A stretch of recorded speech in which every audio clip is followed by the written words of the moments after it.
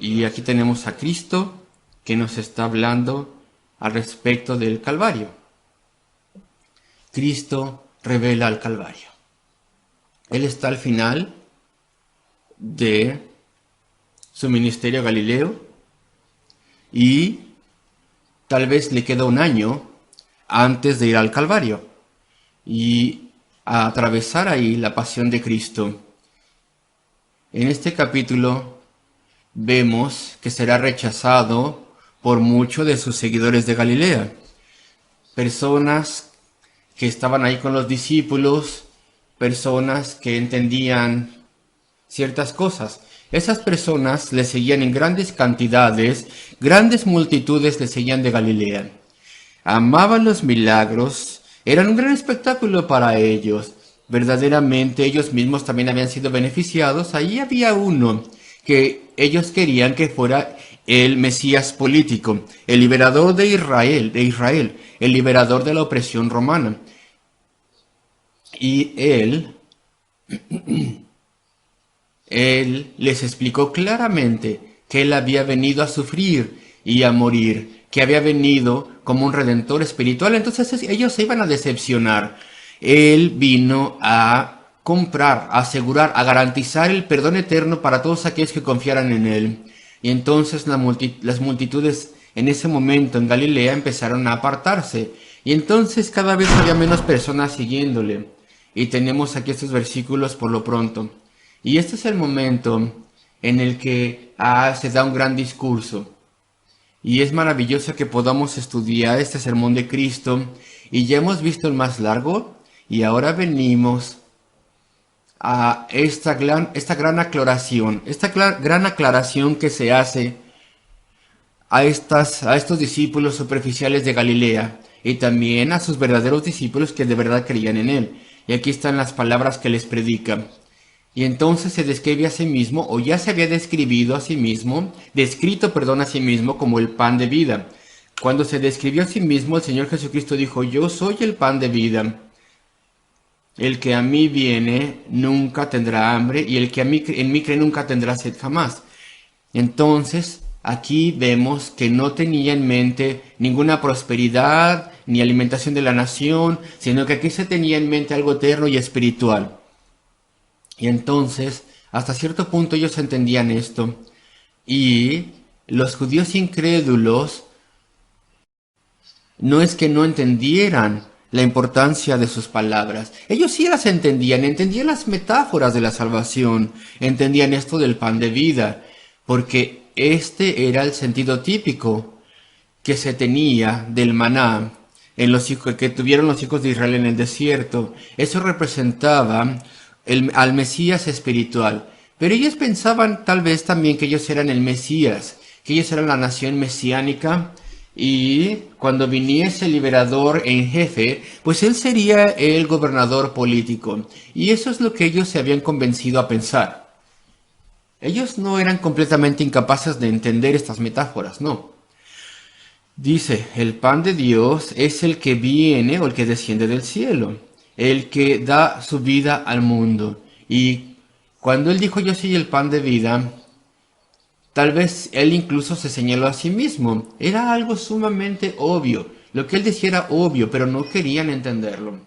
Ellos no querían a esta persona diciendo que él era el Hijo de Dios.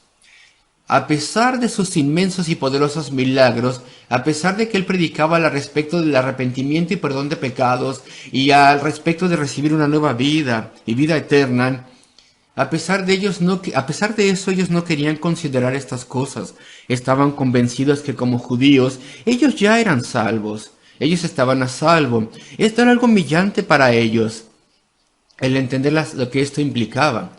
Es decir, que ellos, no solamente los judíos, sino que ellos también, junto con los gentiles, los hebreos, los hijos de Israel, también necesitaban arrepentimiento y salvación, perdón personal y vida eterna como todos los demás. Y ellos rechazaban este mensaje, o por lo menos las multitudes lo hacían en ese momento. Y entonces vamos al versículo 40. Y entonces vamos en la parte más importante del mensaje. Y dice, y esta es la voluntad del que me ha enviado, y lo aclara. Una y otra vez aclara que Él ha sido enviado por Dios, que Él es divino celestial, que Él es el Hijo del Hombre. Es un término que los judíos, viene del libro de Daniel en el Antiguo Testamento, acuérdense, los judíos entendían que que al decir el Hijo del Hombre, esto hacía referencia al Mesías, el Salvador, y Él se anuncia a sí mismo como tal. Que todos los que vieran el Hijo hace que este mensaje sea personal. Esto no se trata de raza, sino de gracia. Es un mensaje a los individuos. Tú tienes que venir como individuo con un corazón dispuesto y arrepentido buscando a Dios. Y esta es la voluntad del que me ha enviado, que todo aquel, versículo 40, que ve al Hijo, y es obvio que es una metáfora. Ellos tenían que entender quién fuese, que viera a Cristo como el Hijo de Dios, que entendiera que Él era el Hijo de Dios, que le reconociese como tal y creyese en Él como tal. Y confiase en Él como tal, confiase en lo que Él haría como el Salvador del mundo. Y creyese en Él, y eso será explicado un poquito más adelante, a medida que el Señor explica. ¿Y qué va a pasar con ellos? Tendrían vida eterna, y yo le resucitaré en el día postrero. El primer encabezado entonces, a medida que avanzamos, es cómo Dios trae a las personas a Él. Las personas que Dios trae a sí mismo. Y vemos aquí, en estos versículos que siguen, vemos la resistencia tan dura, tan terca, rebelión tan mala, una actitud rebelde de la mayoría de las personas en contra de Dios. Y Cristo aseveraba que las personas solamente son cambiadas y transformadas de rebeldes a aquellos que buscan a Dios, de aquellos que son hostiles a Dios, a aquellos que le aman y le buscan. Las personas solamente son transformadas si el Padre les lleva a Cristo. Ellos no iban a cambiar de parecer ellos solos, nunca. El que fueran cambiados requería de una iniciativa de Dios, un acto de Dios. Y esa iba a ser la enseñanza de Cristo. Entonces avanzamos al versículo 41 y vemos aquí la resistencia de los judíos, su terquedad. Mira los términos que utilizan los judíos aquí. Voy a tratar de explicar. La gran multitud que vio que alimentó a los 5,000 y también que estaban en Betsaida del otro lado del lago,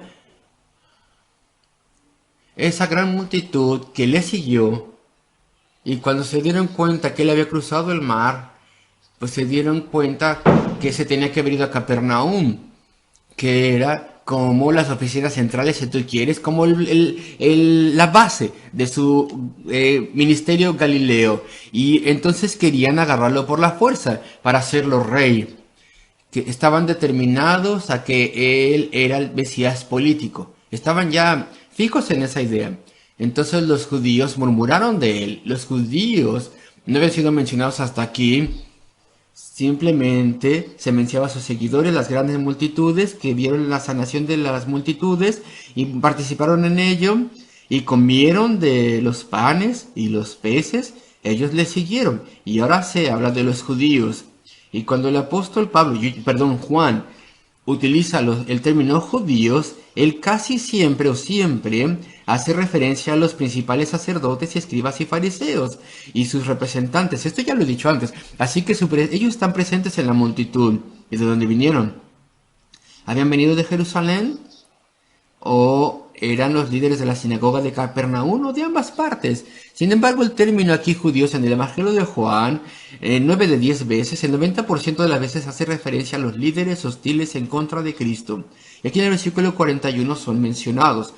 Entonces los judíos murmuraron, es decir, de una forma de como querían conspirar en contra de él. Ellos estaban planeando su asesinato. Esos líderes no querían a Cristo, querían destruirle. Y entonces estaban viendo si esta era una oportunidad para que ellos le juzgasen, para que fuera acusado.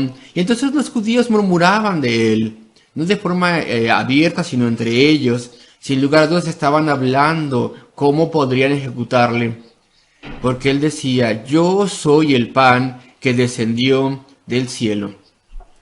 Entonces ellos entendían bastante bien lo que él decía, sus aseveraciones, de que él era celestial, de que él había venido de Dios. Y eso es lo que les hacía tener tanta ira. Versículo 42. Y decían, ¿no es este Jesús, el hijo de José, cuyo padre y madre nosotros conocemos? ¿Cómo pues dice este, del cielo he descendido? Nosotros conocemos a este hombre, a Jesús de Nazaret. Nosotros hemos seguido su predicación con ira creciente. Hemos visto sus milagros, no hemos podido actuar todavía en contra de él, porque muchas de las personas lo quieren, pero las personas de Galilea iban a cambiar de parecer muy pronto. ¿Y cómo es que él decía que él era celestial, que era divino? Tal vez estaban pensando algo así. Tal vez estaban pensando al respecto de la profecía de Isaías. Isaías 7, por ejemplo, versículo 14, donde dice, he aquí la Virgen concebirá. Tal vez ellos pensaban estas cosas, no eran ignorantes. De hecho, en teoría, habían aprendido la ley bastante, leían las escrituras muy frecuentemente, conocían ese pasaje que decía aquí la Virgen concebirá y tendrá un hijo y llamará su nombre Emmanuel, lo cual significa Dios con nosotros. ¿Acaso él está diciendo que él cumple la profecía? Pues no lo vamos a aceptar. No queremos que las cosas cambien. No queremos perder nuestra posición en el templo. No queremos ser acusados con que somos pecadores que necesitan salvación y perdón. Somos muy orgullosos de nosotros mismos y de cómo estamos guardando la ley y los rituales y creemos que somos justificados debido a eso. Y estaban bien enojados, estaban bien furiosos y no querían considerar estas cosas, no querían investigar nada, no querían investigar en absoluto ninguna cosa. Entonces ellos enviaron una delegación, un grupo de personas a Nazaret para preguntarle a ciertas personas al respecto del nacimiento virgen de Cristo. Pero ellos no querían aceptar estas cosas. Eso sería algo ridículo, imposible para ellos. Era terrible, no querían aceptar esas cosas. Era una locura para ellos, no querían aceptar que él era aquel que había venido de Dios. Entonces Cristo no le responde todavía. Un poco más adelante sí que le responde, pero su respuesta inmediata, versículo 43, Jesús respondió y les dijo, no murmuréis entre vosotros, no conspiréis entre vosotros. Y aquí tenemos el gran enunciado, versículo 44, ninguno, absolutamente ninguno, ninguna persona puede venir a mí si el Padre que me envió no le trajese o no le trajere. Y más adelante vemos que entre las personas de la Trinidad, quien es el Padre, Hijo y Espíritu Santo, es el Espíritu Santo el que nos lleva a Dios. Cristo obviamente no menciona al Espíritu Santo aquí, porque el Espíritu Santo aún no había sido dado a la iglesia, a los discípulos. Entonces, él lo explica de forma más general, pero esto en absoluto contradice la enseñanza que viene más adelante, la cual es obvia una vez que el Espíritu es dado. Entonces dice, ninguno puede venir a mí si el Padre, que lo hace a través del Espíritu, que me envió, le trajere. Esta palabra aquí, trajere, es una palabra muy fuerte. Si yo les llevase a Juan 21, verían en dos versículos, versículos 6 y 21, que ahí vemos la narrativa de la gran pesca, cuando ya había estado el Señor resucitado, y los discípulos estaban pescando, y les había dicho que Tomás, que echasen la red en un cierto lugar, y entonces arrastraban la red. Y es la misma palabra que se utiliza aquí en el versículo. A menos que el Padre, esta es una palabra fuerte, a menos que el Padre le lleve en contra de una resistencia poderosa. Y esa es la enseñanza de Cristo. Ningún hombre, ninguna mujer, ninguna persona, nadie aquí que haya venido ya a Cristo, se haya arrepentido de sus pecados y haya encontrado al Señor y haya experimentado el nuevo nacimiento y ahora camine con Él. Y nadie aquí viene solo, sino que Dios nos trae. Y cuando tú veniste a Cristo, pensabas que tú lo estabas haciendo solo, y en cierta forma fue así, porque Dios obró de tal forma dentro de ti que te llevó al punto en el que de forma voluntaria corriste a Cristo y caíste de rodillas y le diste tu vida a Él y le pediste su perdón y su amor. Pero de hecho, fue su obra secreta en tu corazón lo que te trajo a Él, en contra de la resistencia natural humana.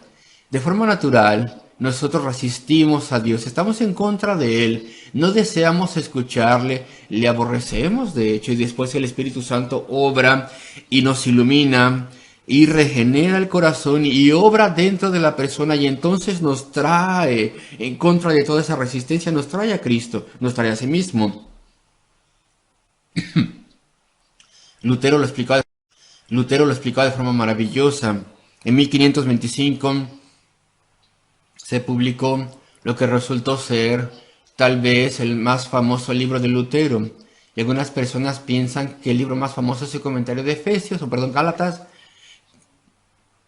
Pero yo creo que más bien el libro más famoso es este que voy a decir. Cuando yo lo leí la primera vez, hace muchos años, cuando era un joven, fue como un proyectil en mi mente, porque esa era su respuesta a Erasmo. Su libro famosísimo, que en inglés se llama La libertad esclava. Y ese es el problema que tenemos todos. Y no es el caso que los hombres y las mujeres no puedan venir a Cristo, sino que más bien lo que pasa es que ellos no quieren, su voluntad no quiere venir a Cristo. Y Lutero lo explica perfectamente bien, lo señala perfectamente bien. La voluntad esclava, ese es el título en inglés. Queridos amigos, ningún hombre puede venir a mí, dice Cristo, a menos que el Padre que me envió le trajere, con una obra maravillosa en el corazón a través del Espíritu. De modo que nosotros libremente le recibimos y venimos a Él y escuchamos de Él. Entonces, aquí tenemos el primer punto que se hace aquí. El versículo 45 está escrito en los profetas, o más bien versículo 44, última parte. Y yo le resucitaré en el día posterior. Versículo 44, última parte. En el día del juicio, yo le resucitaré.